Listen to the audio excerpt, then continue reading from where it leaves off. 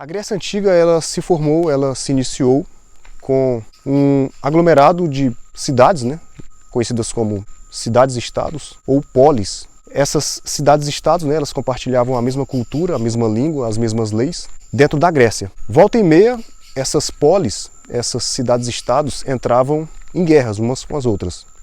A exemplo disso foi Esparta e Atenas, na Guerra do Peloponeso, que aconteceu ali no século 431 até 404, por aí, antes de Cristo. Na Grécia Antiga, tinha uma cultura diferente da nossa, é óbvio. No período arcaico, por exemplo, assim quando foi criada a polis Esparta, os soldados espartanos, tem até um filme 300 Guerreiros de Esparta, representa bem como era na época de Esparta, na época do período arcaico. O que é arcaico? É algo que denota força bruta, sofrimento, algo remoto. Isso dá a ideia de arcaico. Então por que um período arcaico?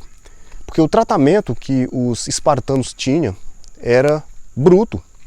Por exemplo, um soldado, para ser um soldado, ele tinha que ter treinamentos severos desde sua infância.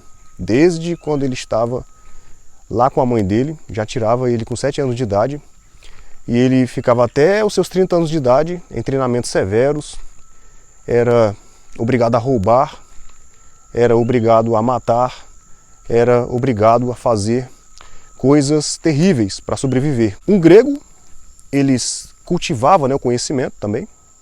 Por exemplo, Atenas, que é uma cidade-estado contemporânea ali dos espartanos.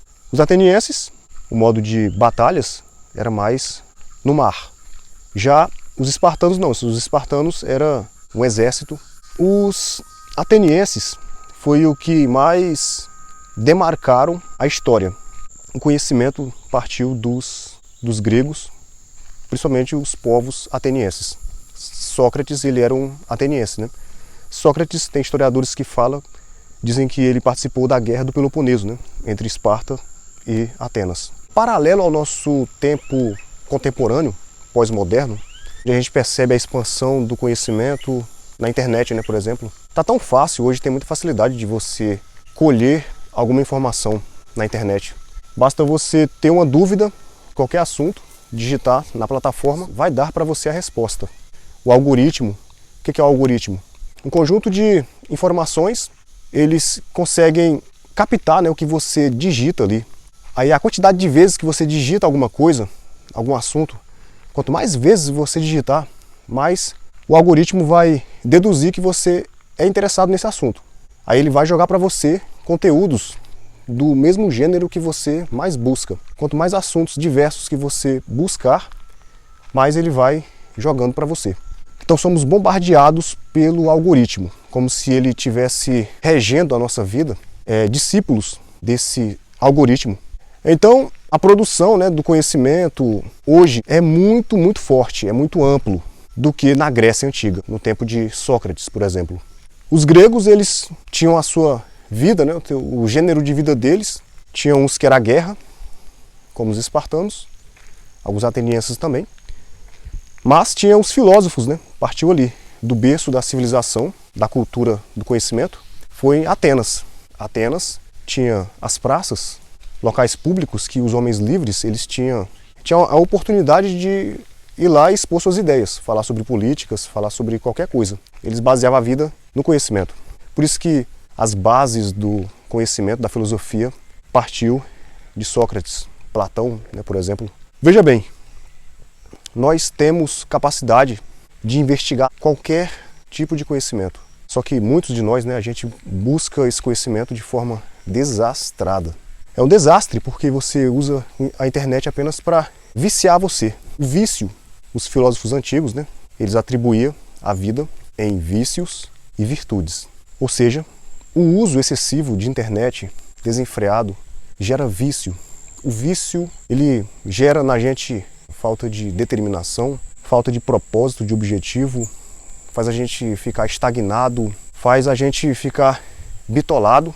O que é bitolado? Preso, a mente engessada, à mercê de outras ideias. Então, assim, se for comparar um grego, hoje nós temos muito mais informações do que um grego na época arcaica, na época clássica, nós temos mais acesso a informações do que eles tinham a vida toda deles. A gente tem. Só que a gente usa isso de forma sem meditação, sem reflexão, sem a ajuda, né, de um mestre, por exemplo, sem um filtro que vá nos ajudar a colher o que é necessário para nós. Fazendo esse vídeo é justamente para isso, é buscar colocar dentro de mim uma prática que é o conhecimento, que é o saber, como o filósofo. O filósofo significa philos, amigo, sofia, conhecimento. Filosofia, amigo do conhecimento, amigo do saber. Então, se você é amigo, se você ama o conhecimento, você é um filósofo. A diferença é que esse filósofo denso, sólido, já tem um amplo conhecimento, facilidade para conversar. Ele começou pequeno e ele foi crescendo, gerando nele virtudes ao longo de vários dias, de várias madrugadas estudando, fazendo leituras, até se formar um grande filósofo. É isso aí.